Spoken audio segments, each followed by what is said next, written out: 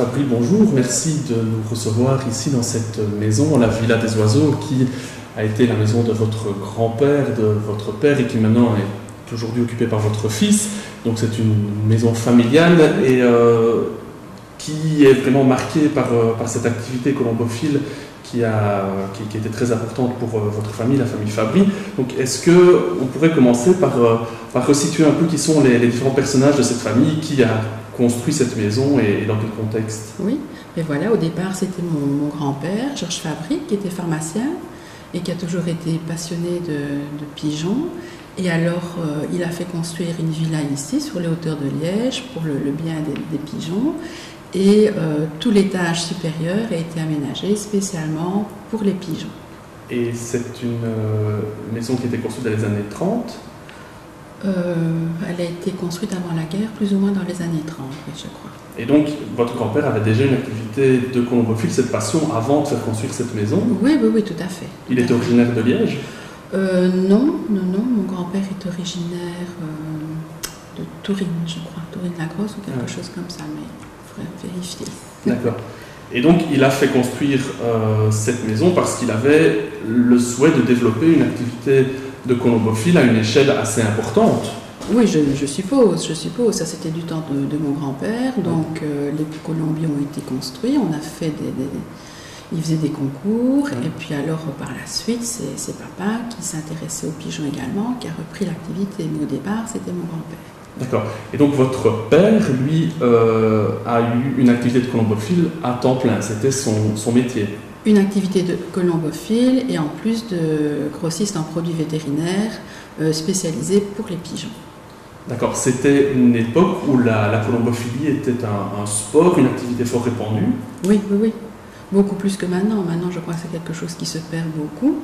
Il y avait pas mal de jeunes à ce moment-là. Et puis, par après, ce n'était plus que des personnes âgées, je crois. C'était plus un passe-temps. Mais du temps de papa, moi, je me rappelle, quand j'étais gamine, il y a énormément de monde qui venait ici le dimanche pour voir revenir les pigeons. Voilà, c'était une activité qui rythmait le cours de la vie du quartier. Oui, tout à fait. Quand les pigeons volaient, il y avait plusieurs colombophiles ici dans le quartier et on voyait les volées de pigeons et on savait bien, tiens, ceux-là, ce sont les pigeons d'un tel.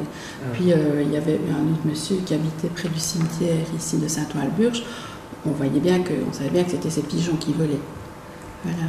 Est-ce que vous avez une idée du nombre de pigeons qu'il y a pu avoir ici dans le colombier Fabry aux différentes époques? Je crois qu'à une certaine époque, il y en avait facilement plus de 200. D'accord. Oui, mais 200, mais il y en a qui étaient destinés à la reproduction, il y en a qui étaient entraînés pour les concours, c'était surtout pour les concours. Et puis par après, il y a eu quand même l'élevage et la reproduction des pigeons. Et donc vous avez vécu dans cette maison? Oui, moi je suis née ici. Donc, je suis née ici, donc j'ai connu tout ça, j'ai connu les concours. À l'époque où c'est votre père qui était qui occupait la maison et qui en faisait son activité? Oui, mais mon grand-père habitait ici également. Donc moi j'ai toujours grandi avec mon grand-père, mes parents. Mon grand-père a toujours habité ici et quand papa s'est marié, il est quand même toujours resté à la villa. D'accord. Et donc la maison est aménagée de manière un peu particulière puisque tout l'étage est consacré à l'activité colombophile. Est-ce que vous pouvez un peu décrire cette maison et son aménagement?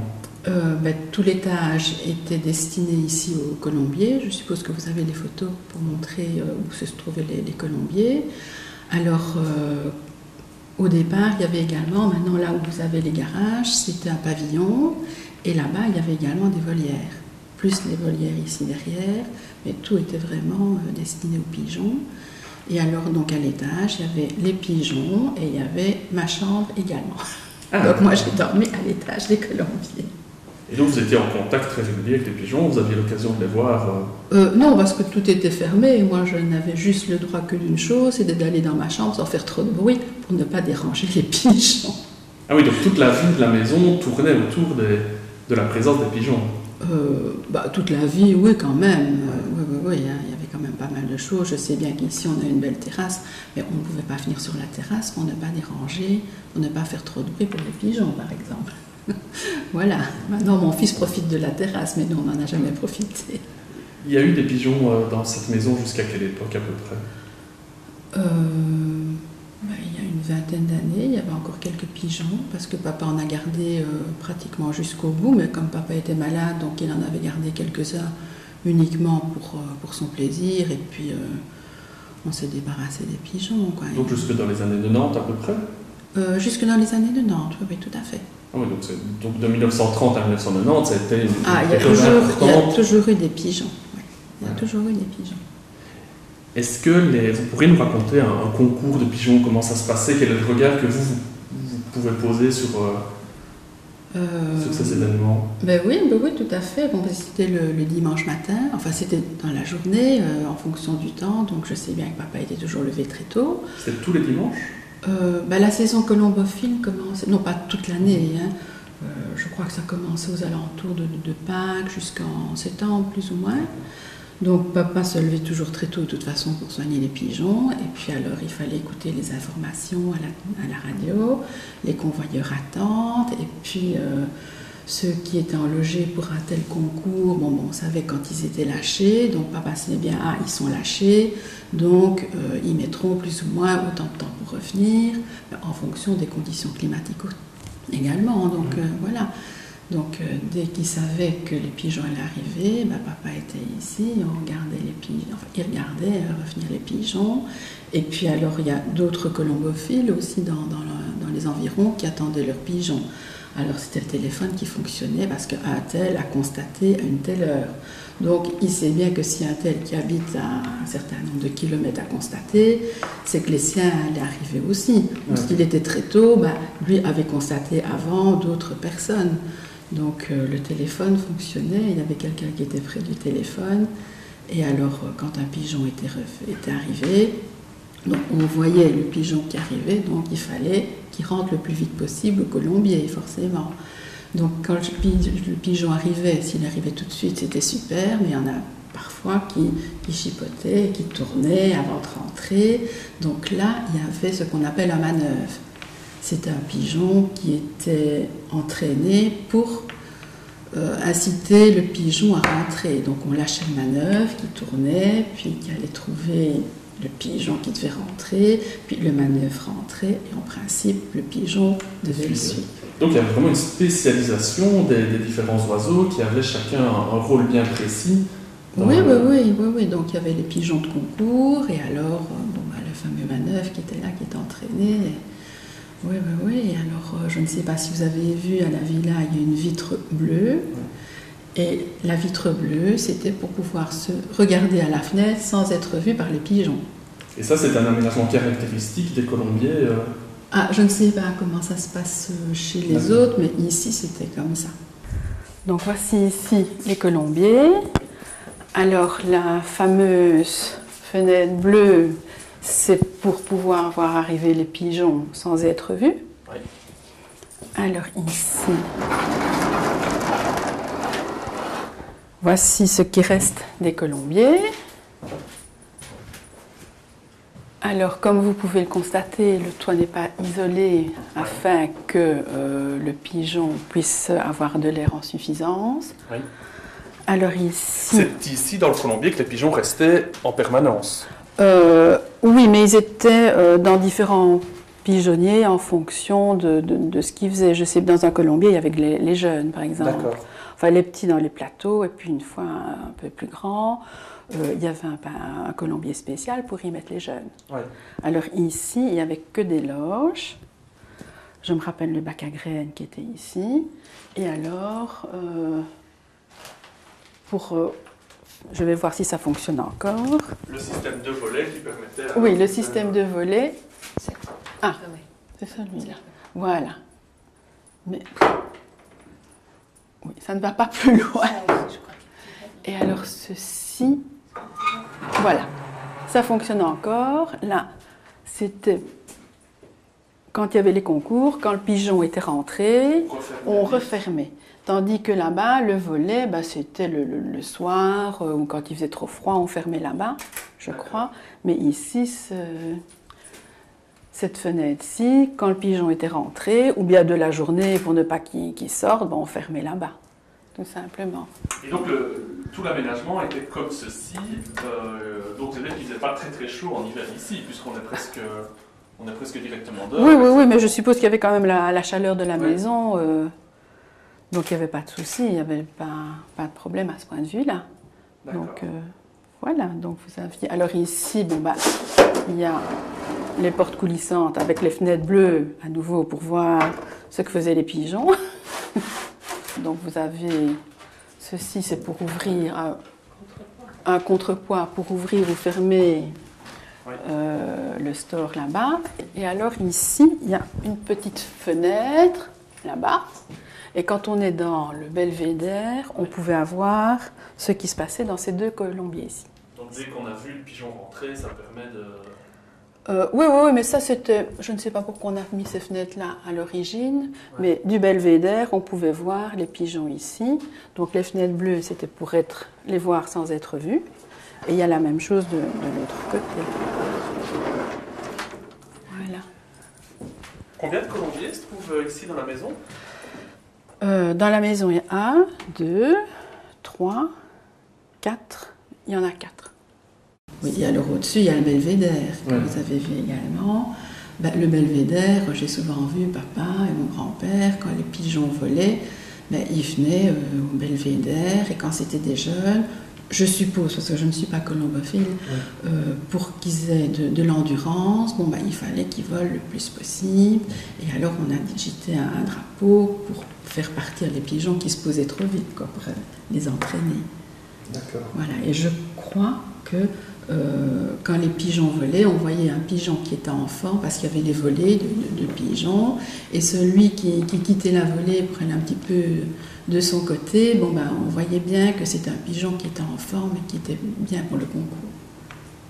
D'accord. Voilà. Je crois, je n'en connais pas plus. Non, mais c'est la façon dont le souvenir que vous avez de ces concours.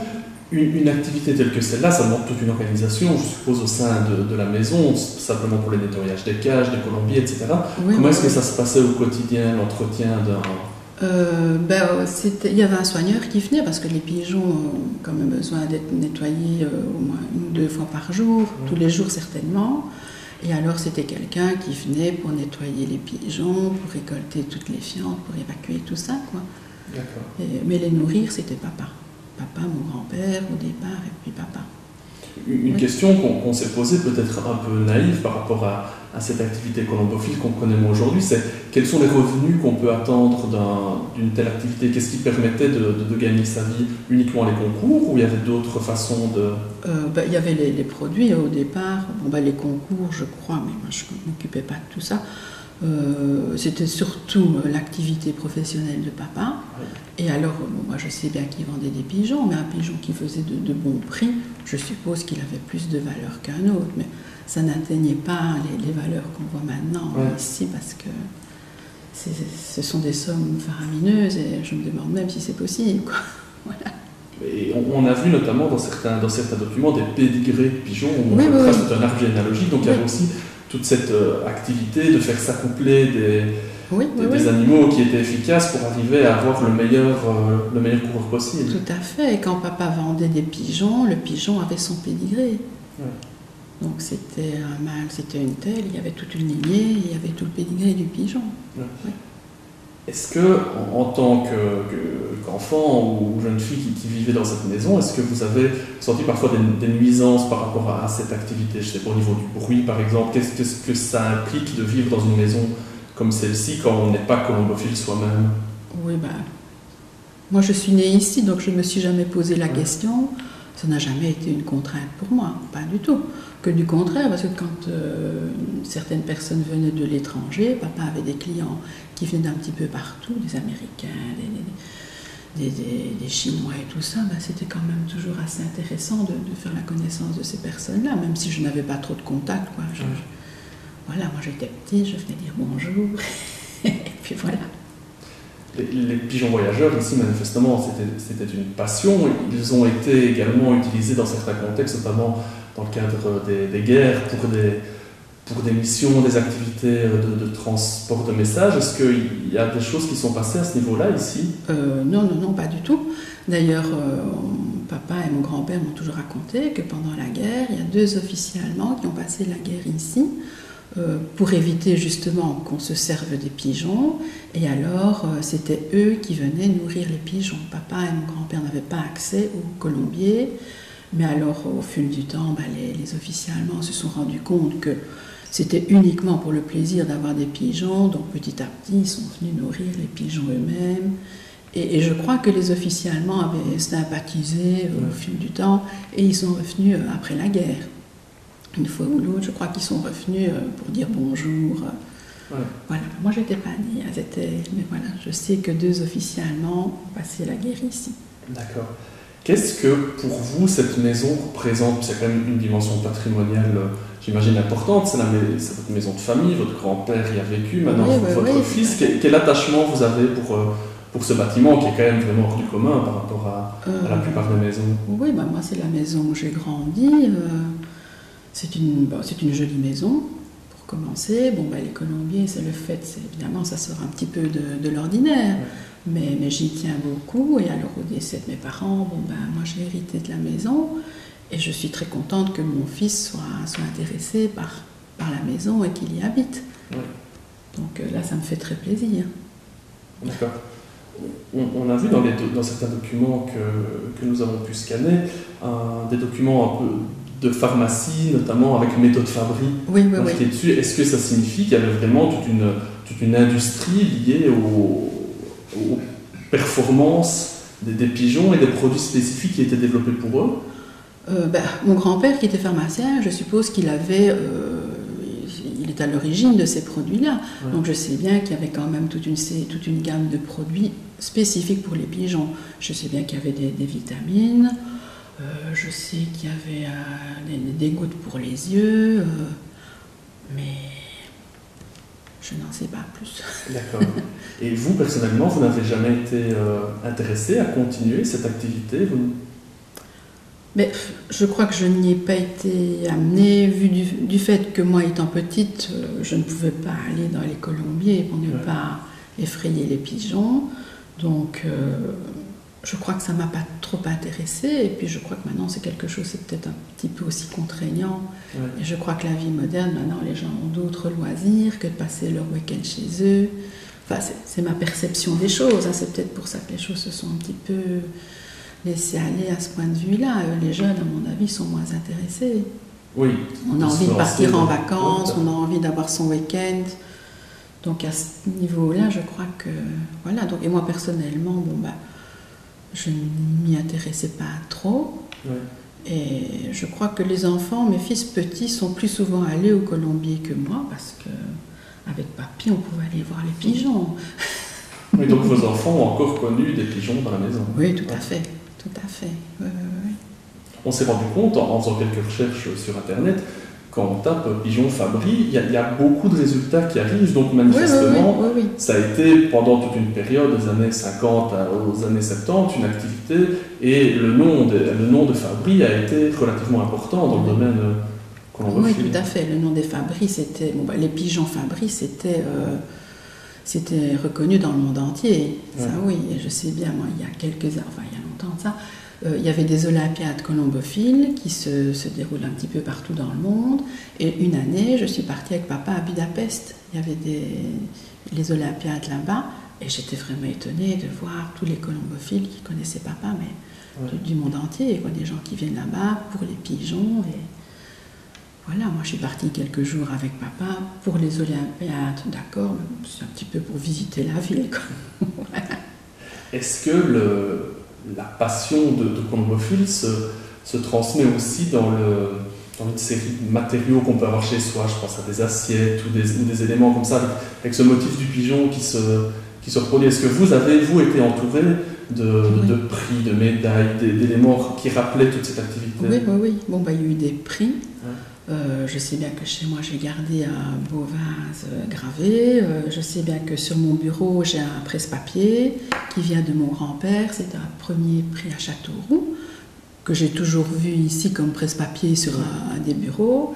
Et quand au décès de mes parents, quand j'ai dû vider la villa, ce sont des petites choses. Bon, le presse-papier, maintenant, il est sur mon bureau, tout simplement. Et il y a encore... je sais bien qu'il y a eu des assiettes avec des pigeons. Ouais. C'était en porcelaine de Limoges. Et c'était des prix de pigeons, parce qu'à ce moment-là, on recevait des prix également. Oui. Une petite anecdote, je sais bien qu'avant, dans les prix, il y avait le panier en osier, et au-dessus, c'était des fleurs en papier qu'on garnissait.